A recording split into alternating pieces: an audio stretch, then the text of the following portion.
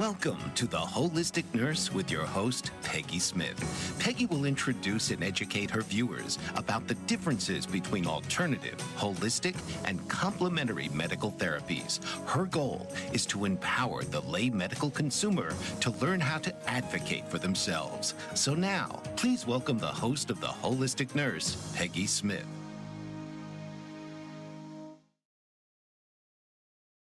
Hello, everybody. Welcome to this week's edition of The Holistic Nurse with Peggy Smith. Today's guest, excuse me, is going to be the owner of North Star Holistic Health here in Pennsylvania. Blakey Hastings practices sound healing and a few other modalities that can help you manage your life a little bit better. And I'd like to welcome Blakey Hastings today. Hi, how are you? Thanks for Hi, coming. Peggy. Thanks for having me. So, for some people that don't know, I guess, well, tell us a little bit about your background and then tell us exactly how sound can be healing, and what Sure. type of things you do. Sure. So, my primary practice is craniosacral therapy, which is a type of manual therapy or body work. My licensure is as a massage therapist. Before I was a licensed massage therapist, I was a yoga therapist. So, during my practice of yoga therapy, I found that I was doing hands-on healing, and some of your viewers or you may or may not know that oftentimes singing, chanting, humming, all different kinds of sounds are a part of yoga and a part of yoga therapy. So anyway, so as my practice of yoga therapy was growing and I found that I was doing more hands-on work, I wanted to be able to be within my scope of practice and really to know what I was doing, how to get some more meaning to what I was feeling underneath my hands. And so that was why I went and became a massage therapist. So then through that journey, I came into contact with other practitioners who were using sound not only of their voices, but then with instruments, and started to become aware of how powerful the vibration, specifically the crystal bowls that I use, but there's lots of different instruments and ways that music can help people get into their relaxation response. But the main thing that I was finding was that people told me that they, for the first time, were able to feel like they were meditating. So it's like the sound of the bowls kind of grab the thoughts, and in my mind, it looks like cotton candy. They Swirling around, take yeah. the whirl it around so that then the real and the more authentic way that our mind works, the more powerful way, becomes more evident. So it kind of declutters the mind, and then people can experience what it feels like to meditate. Yeah, very often that's one of the roadblocks people tell me. Oh, I just can't meditate. There's too much on my mind, or I feel like a fool, chanting things and all that. But a lot of people Yeah. don't realize. I've had a lot of people of various religious backgrounds. What comes to mind is actually a lot of the Catholics. Um, Catholics don't realize that saying the rosary actually is a form of meditation, and many of the Yeah. old German organ music and things, that the vibrations in the organs, I think, is what reaches out and touches people. Um, Yeah. Are you able? I don't know what your situation is in your office. Are you able to show the viewers like what do you mean by the crystal bowls you use, and how something like that Yeah. works? Or The sound would really transfer with the microphone that I'm using, but you can see them in the background. okay, Let me just grab one and see okay. what happens.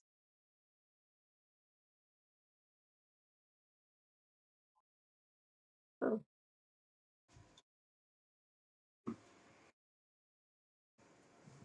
So I don't know what this is gonna sure. translate as. I don't Okay. know what it sounds like. Kind of sounds like when as the bell tolls the show, and you can hear a little bit. I understand you're not going to get the vibrations and everything. Do you also use tuning forks with your clients? No, I do not have tuning forks. What we do is we use chanting, humming, and the bowls. And then I have speakers in the room. So sometimes I'll be playing like solfeggio frequencies, or sometimes I'm playing the harmonics of the chakras in the background. So there's layered, so the sounds are Okay. layered on. And on um, what type of the mindset of the clients that I have, I might be doing some religious music because, as you mentioned, many religions and different kinds of spiritual traditions have these songs. I had a patient here one time who she looked over, she was on the table, and we weren't doing sound healing. We were specifically, but I always have the bowls available.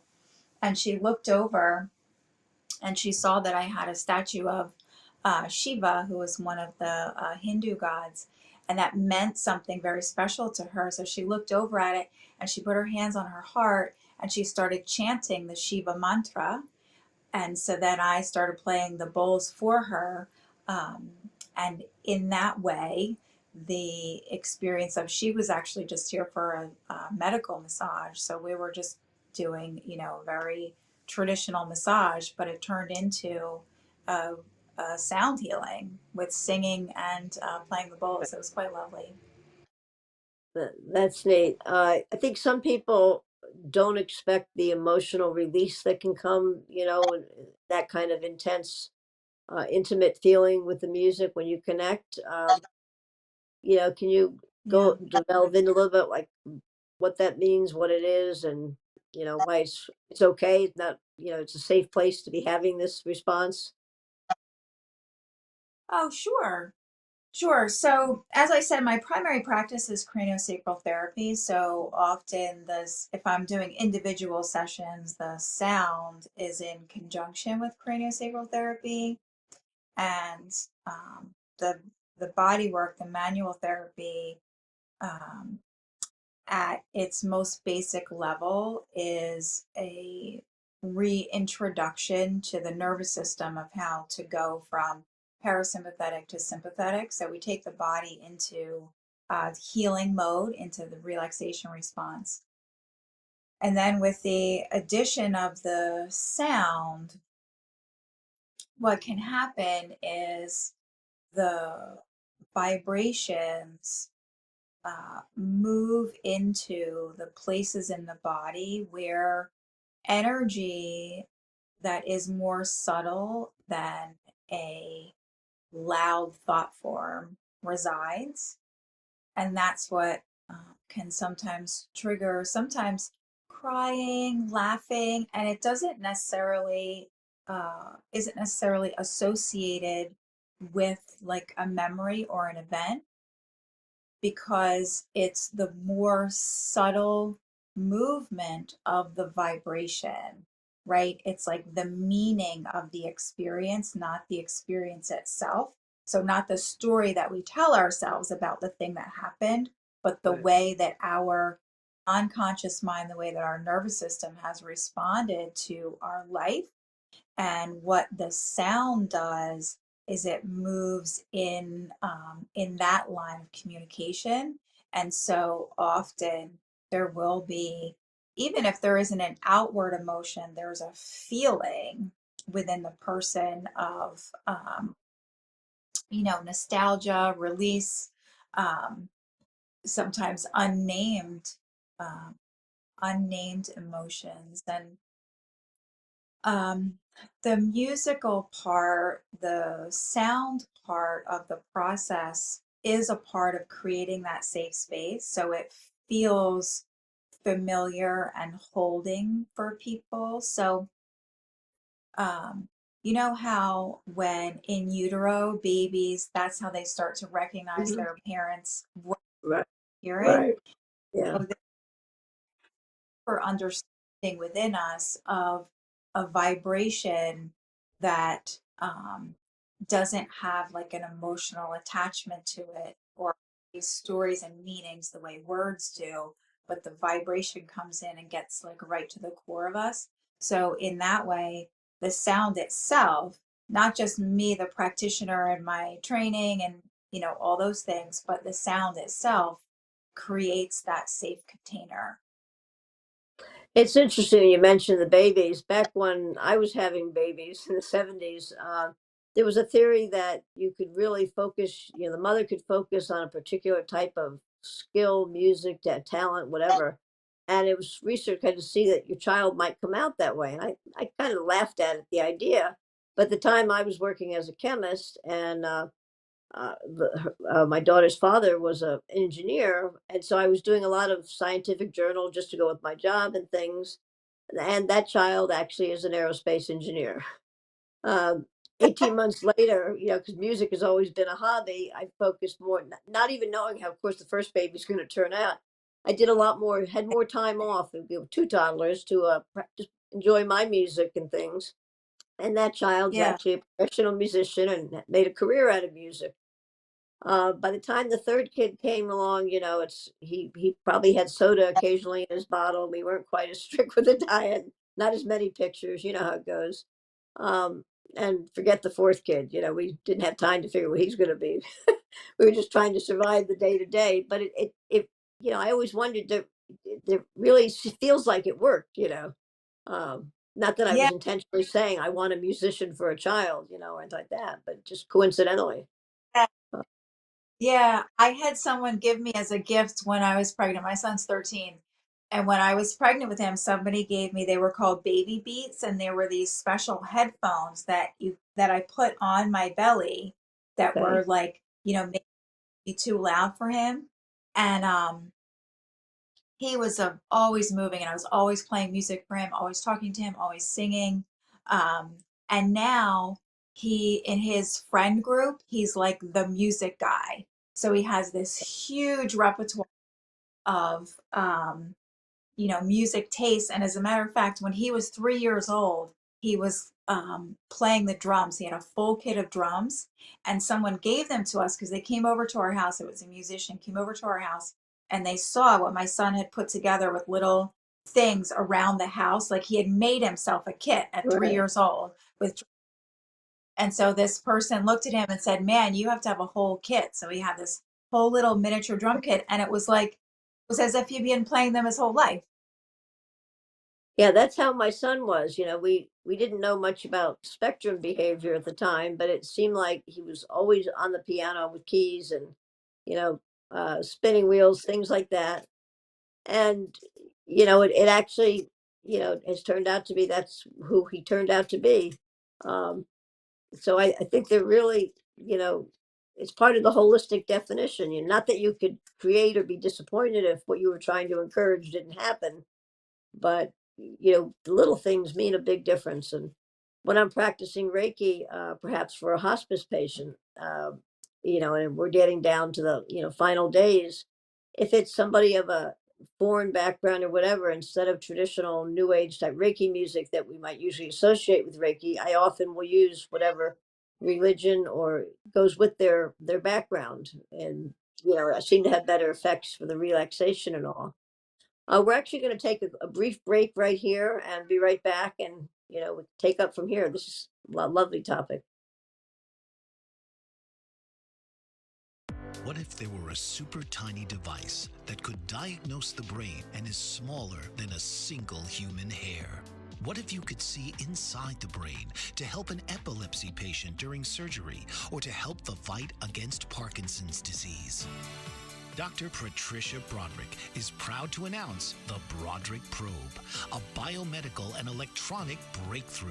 Imagine a probe to help with the understanding and potential cure of brain-related diseases. To learn more, listen live to the Easy Sense radio show with host Dr. Broderick. And to help support the Broderick Foundation, please go to easysense.com and learn how, with your help, we can fight these horrific brain disorders.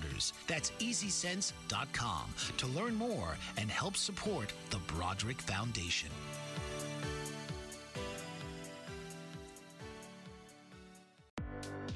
Author, radio show host and coach, John M. Hawkins, reveals strategies to help gain perspective, build confidence, find clarity, achieve goals. John M. Hawkins' new book, Coached to Greatness, Unlock Your Full Potential with Limitless Growth, published by iUniverse. Hawkins reveals strategies to help readers accomplish more. He believes the book can coach them to greatness. Hawkins says that the best athletes get to the top of their sport with the help of coaches, mentors, and others. He shares guidance that helps readers reflect on what motivates them, rediscover and assess their core values, philosophies, and competencies, find settings that allow them to be the most productive, and track their progress towards accomplishing goals.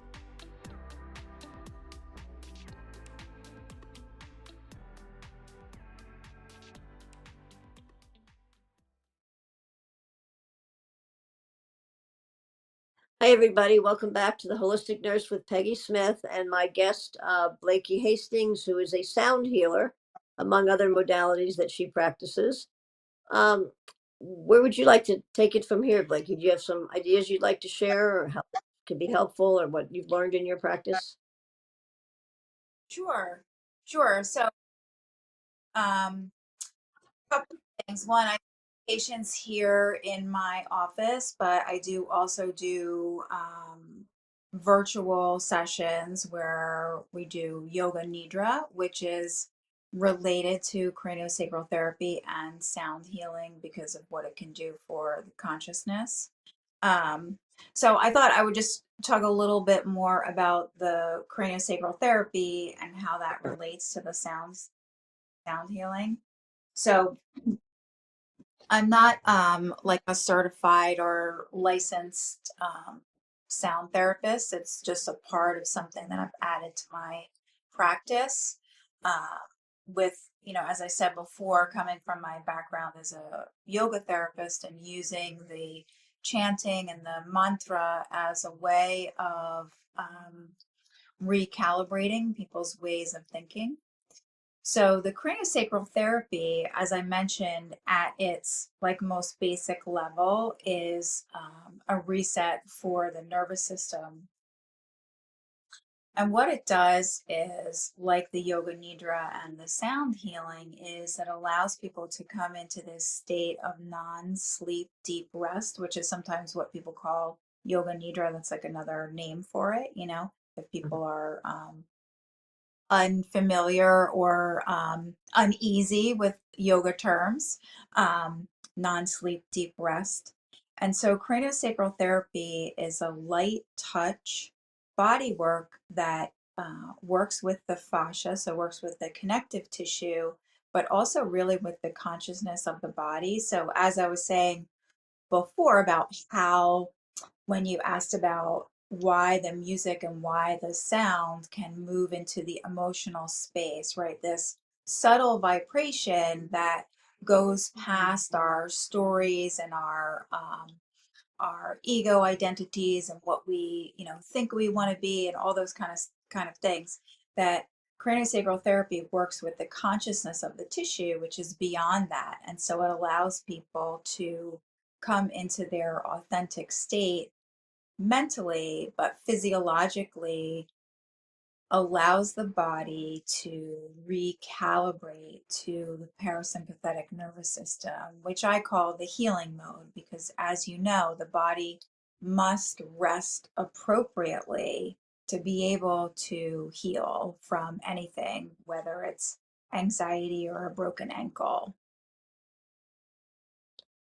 So during these sessions, and you're kind of in the same space that I am, in that you have a state license that you have to stay within your scope of practice. So, and we're both kind of teetering on, we're not really therapists, but we're doing it in our particular practices. And I'm very conscious of that on my end. If I see somebody who looks like it's a complicated mental health problem, I refer them out. But these type of holistic therapies are very good for managing the symptoms while you're still getting the professional higher level of care that you might need from a medical provider. Um, I, Yeah, I, I'm very that in the physical space that I work in, there are other practitioners right here, like literally right down the hallway. And so we have our, kind of mutual referral circle. Okay. Um, yeah, so it's really nice. So in the group sessions that I do twice a month, so I offer yoga nidra on its own, and then I have yoga nidra with the sound healing. Because sometimes the intensity of the sound is too much for people. So when you're just beginning a journey of awakening and healing, sometimes too much stimulation, like a medicine can be too potent, right? So like in Western medicine, you have to, there's a therapeutic dose, so to speak. And so it's the same with the bowls, that sometimes the bowls, all seven of them played at the same time, is too overwhelming. And so people have to kind of titrate up to that. So we might see if one bowl during a private session would help them. And then if they come to they can work their way up. And sometimes it just is not for them, and that's fine. So that's why I offer the yoga nidra twice a month. But the reason why I was mentioning that is because it's really nice to be able to have um, MDs and therapists in the same space who recognize the value of these things, and so they refer their patients to me, to my group sessions or single sessions. Okay. I know that many, many years ago when I experienced my first hands-on massage, and I really was not very knowledgeable, I guess, of the specific, modalities. I just thought it would be relaxing, and she offered me a bottle of water, of course, to remove the toxin. I said, "Well, that's okay. I'm not thirsty." She said, "No, you have to drink this now." And she was young too. But talk about, a lot of people don't realize that you are moving, toxins and things in your practice of these kind of therapies. And I think even virtually with, with sound, like you're kind of a sound massage, you're still waking up and triggering things that need to be released. So you recommend, of course, that, lots of water um, for Yep. decompressing after a session. Uh, I guess you leave a part of the session to say, how do you feel? Or do you recommend they follow a journal? Or many times in Yeah, that's traditional therapy, the breakthrough comes 2 hours after you left the therapist. All of a sudden your mind's, oh, I get it now. And I think a yes. lot of people experience the same with, these therapies. Yes, absolutely. Yeah, that's a really great point. So yes, at the end of the sessions, what I do is the sessions, first of all, are tailored to have like a regrounding and reintegration while we're still together. So, and in the individual sessions, that varies with different people. So if it's a soft tissue massage, which I don't do very much of, but soft tissue massage, generally people, yes, they just kind of need to reorient to the space, drink a little water. And if I've done any work that I feel is like gone a long way from where they came in, then sometimes, I might tell them, if you feel sore the next day, that can be normal, because it's like we worked out the muscle. um, but with craniosacral therapy, sound healing, and yoga nidra, it's a little different. So for the craniosacral therapy, the body works with the treatment for 72 hours. Okay. So oftentimes it's, as you say, it's when people are here, if they're just beginning their session, sometimes they're not quite sure what just happened. They feel relaxed, but they're not quite sure what just happened. Uh, And then night or two nights later, they have vivid dreams. Or they'll find that while they're on the table, they're thinking about things that they haven't thought about in a long, long time, like years, something that happened when they were 7 years old. And, now they're 40. And it won't be until a few days later that sometimes some connection will come between what they were thinking about on the table and how they were feeling in their body. And this is one of the reasons why craniosacral therapy, different than massage in yet another way, is that it's not a one-time treatment. And like with the sound healing, it's not like you come for one session and then that's it. It's a kind of it's a journey, and it's a part of the journey of healing. And of course, how much people are with me and what kind of sessions they're having and all that kind of stuff depends on what else they're doing, they're doing with their lives. What I'm doing is either I'm the side dish or the main course. Okay. Either one. I can be the potato salad, or the ham sandwich. Funny that But it a just holistic practitioner picks some less than healthy choices as your example, but um, yeah. yeah, no, seriously, I typically, how long would a session last? I guess is a good place to explain. Now, I've Yeah, so experienced for this craniosacral session. massage. I always found it very relaxing. It was at a time in my Yeah, life when I wasn't as aware of a lot of things that I've learned in the decades since. But typically, yeah. how long is a session and what does someone expect? Sure. So the sessions are either an hour or an hour and 15 minutes long. And it, the sessions, there's most of the time is spent on the table, but it depends on what the person is going through, how much processing we do. So sometimes some people need a lot of processing afterwards, especially if they're right in kind of like the midst of the journey. If they're Right. right in wading through change and there's a lot going on all the time, um, then there's going to be more like verbal processing and explaining of what's happening. And then sometimes those sessions will even lead into um, embodiment coaching, which is where I put everything together. So we do yoga and sound and chanting and journaling, and we do the whole shebang. And those sessions are also the same amount. But for the craniosacral therapy, it's um, fully clothed. So it's people often describe it similarly to, sometimes they say it feels like Reiki, like it feels like energy work because it's so light touch and people get so relaxed. So you say fully clothed and you lie down on the table, usually with pillows and blankets to get nice and comfortable. And even though the name craniosacral makes you think that maybe I'm just touching your head and your sacrum, which is the bone at the bottom of the spine, it's actually a full body treatment because we're working with the fascia, we're working with the consciousness of the tissue.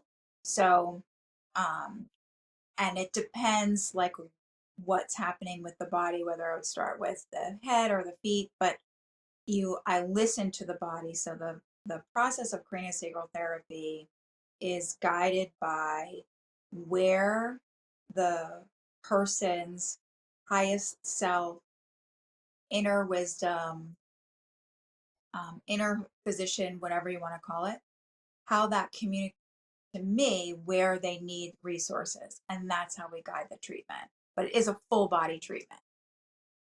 Okay, we're going to have to take another quick break here, and I've got a few more questions that popped up with that. I'm learning a lot here myself, actually. We'll be right back. Did you know that your beliefs create your entire reality, but it's the subconscious beliefs that do most of the creating? Belief shifter and life coach Shiraz can help you identify those limiting beliefs and eliminate them, often in a single session. Like it was almost instant, like I had relief right away. Creating better health, relationships, careers, and finances. Let Shiraz help you step out of safety and into awareness. Definitely something's happening. It's like a flow inside. It feels good. Whether in person or online, Shiraz provides personal coaching, belief shifting. Visit Shiraz at energeticmagic.com or call 416-529-7429. Energetic Magic. Find your greater happiness. Be well. Be aware. Be magical.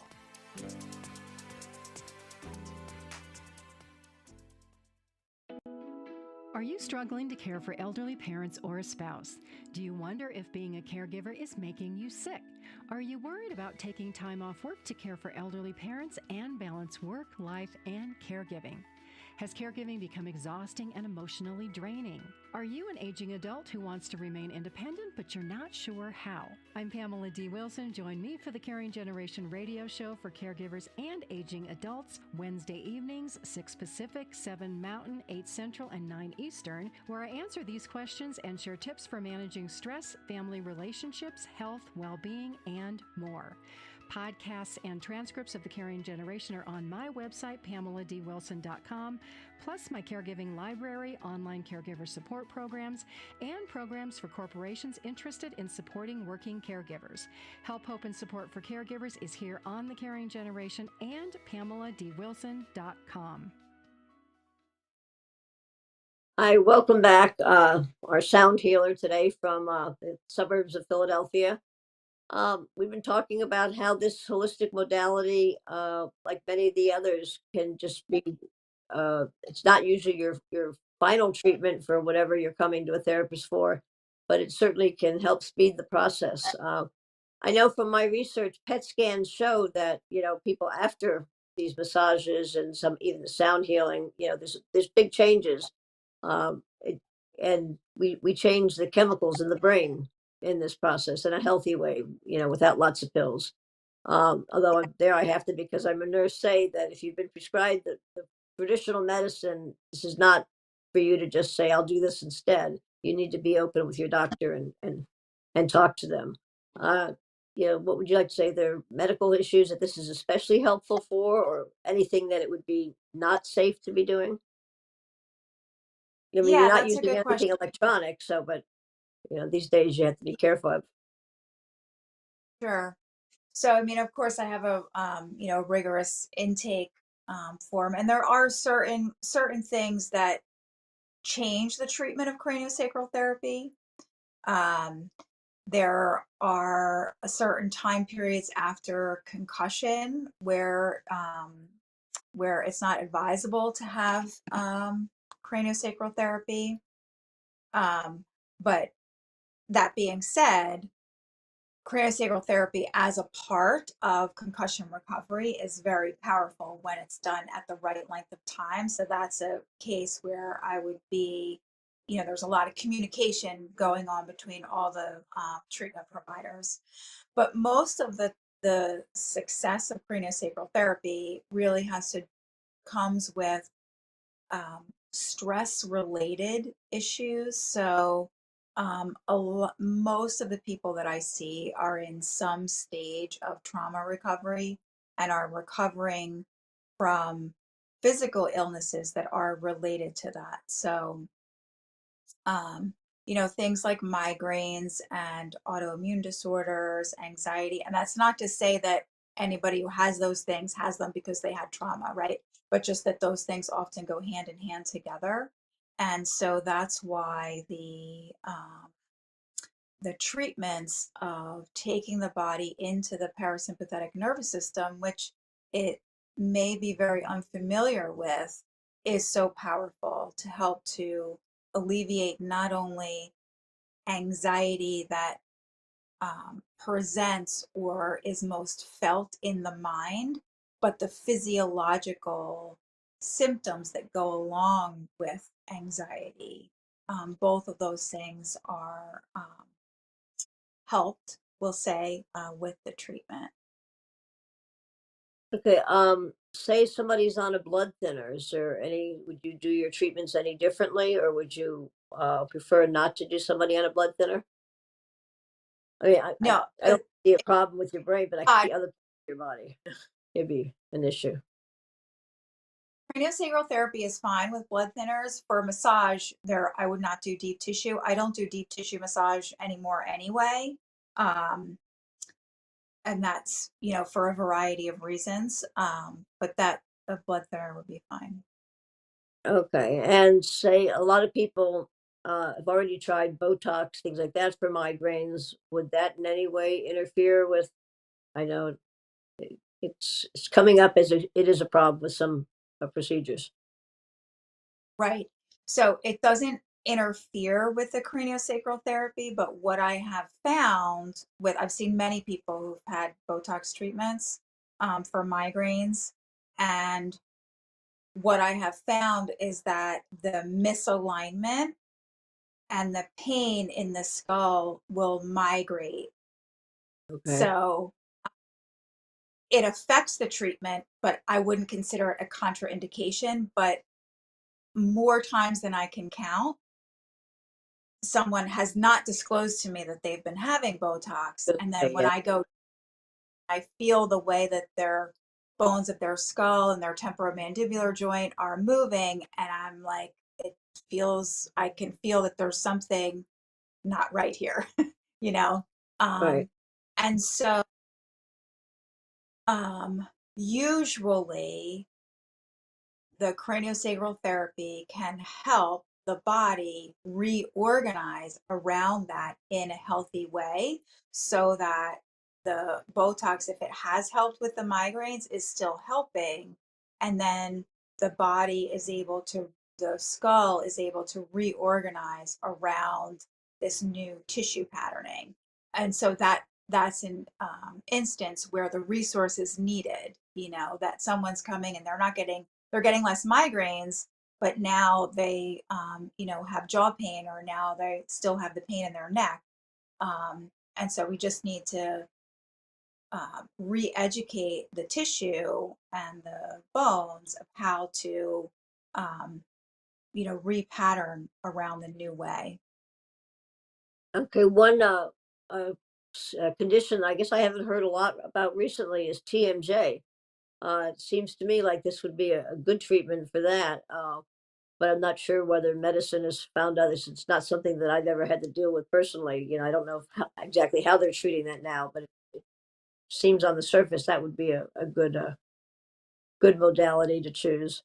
And, Yeah. I find a lot of people, even when you're just talking to your doctor, they think that your vitamins don't have to tell your doctor and all these other things. And uh, the doctor's not going to laugh at you.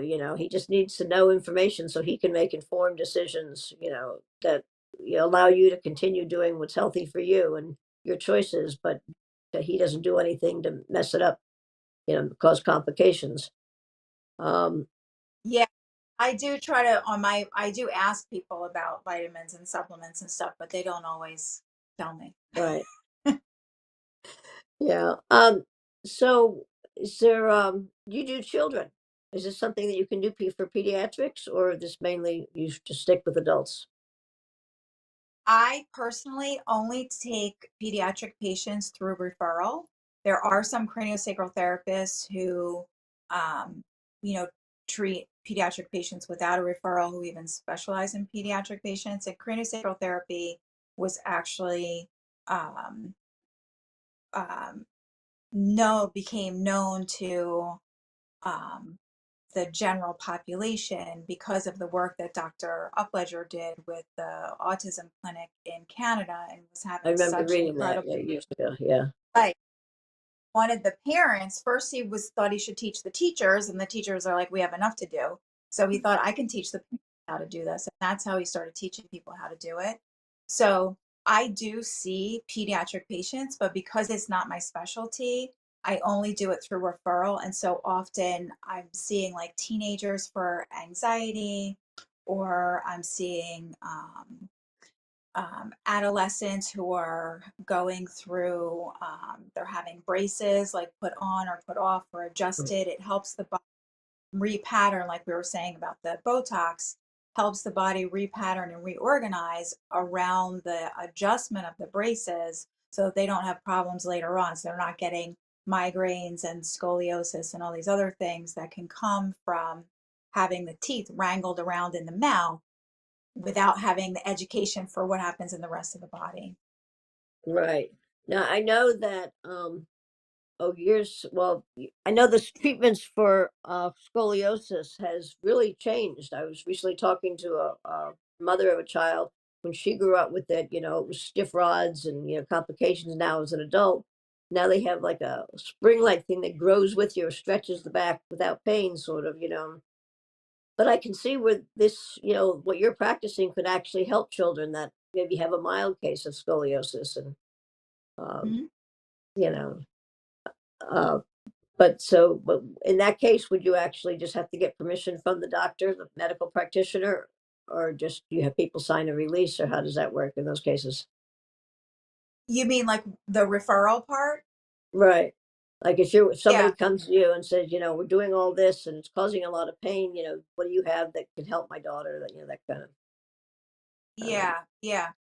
So I do it on a I don't I don't need the referral for licensure or anything. It's just my personal practice. So I take them on a case by case basis, depending on whether or not I feel like my skill level is up to what they're asking. right. So it would and if it was something that I thought, you know what, I'm not really sure I would know what to do, then I'm going to refer them to maybe another craniosacral therapist, or, I have acupuncture, a couple of really great acupuncturists that I refer to, Okay.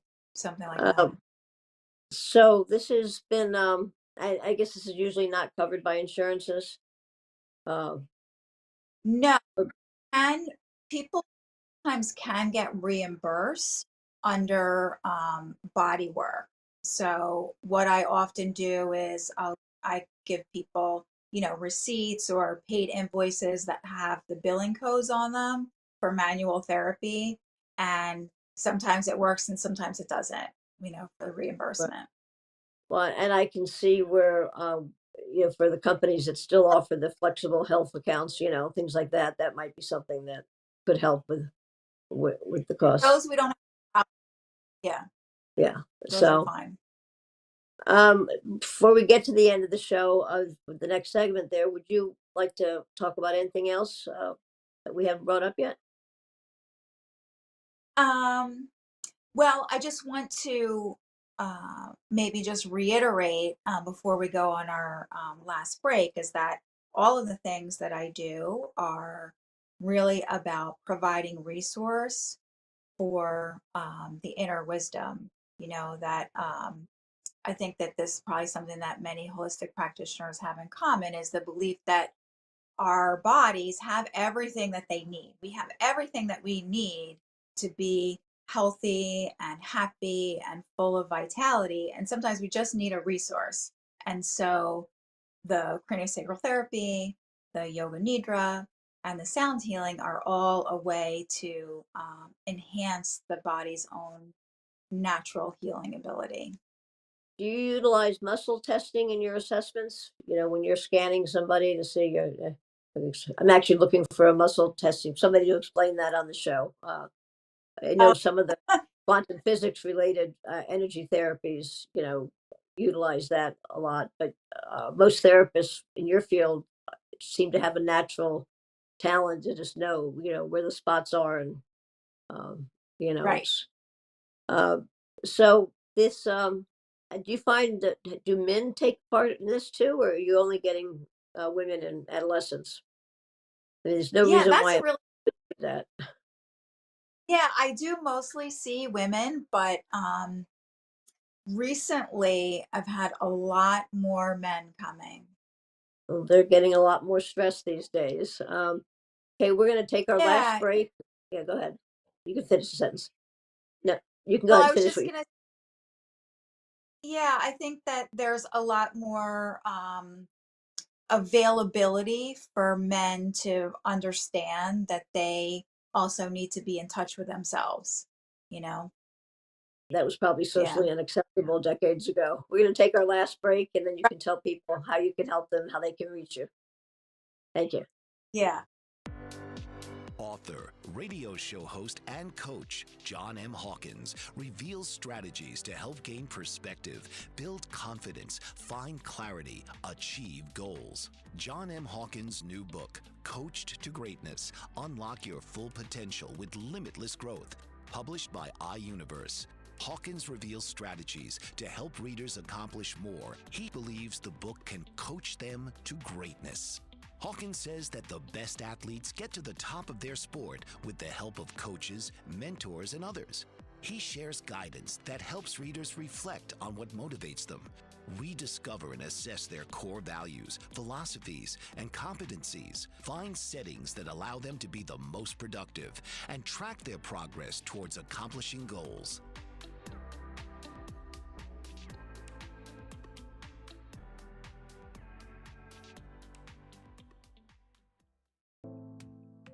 Did you know that your beliefs create your entire reality, but it's the subconscious beliefs that do most of the creating? Belief shifter and life coach Shiraz can help you identify those limiting beliefs and eliminate them, often in a single session. Like it was almost instant, like I had relief right away. Creating better health, relationships, careers, and finances. Let Shiraz help you step out of safety and into awareness.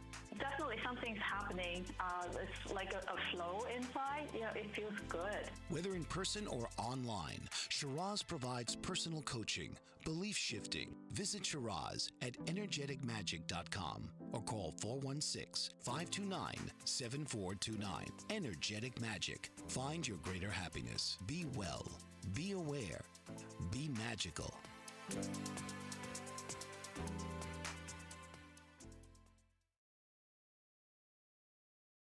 Hi, welcome back to the Holistic Nurse with Peggy Smith and North Star Holistic Health owner, Blakey Hastings. Would you like to tell us how we can reach you and the best way to check out your website and what you offer? And I think we're going to Sure, post your thank you. website up there. Okay, So, yeah, sure. So usually if you Google me, Blakey Hastings, I'm the first thing that comes up, but the website is northstarholistichealth.com.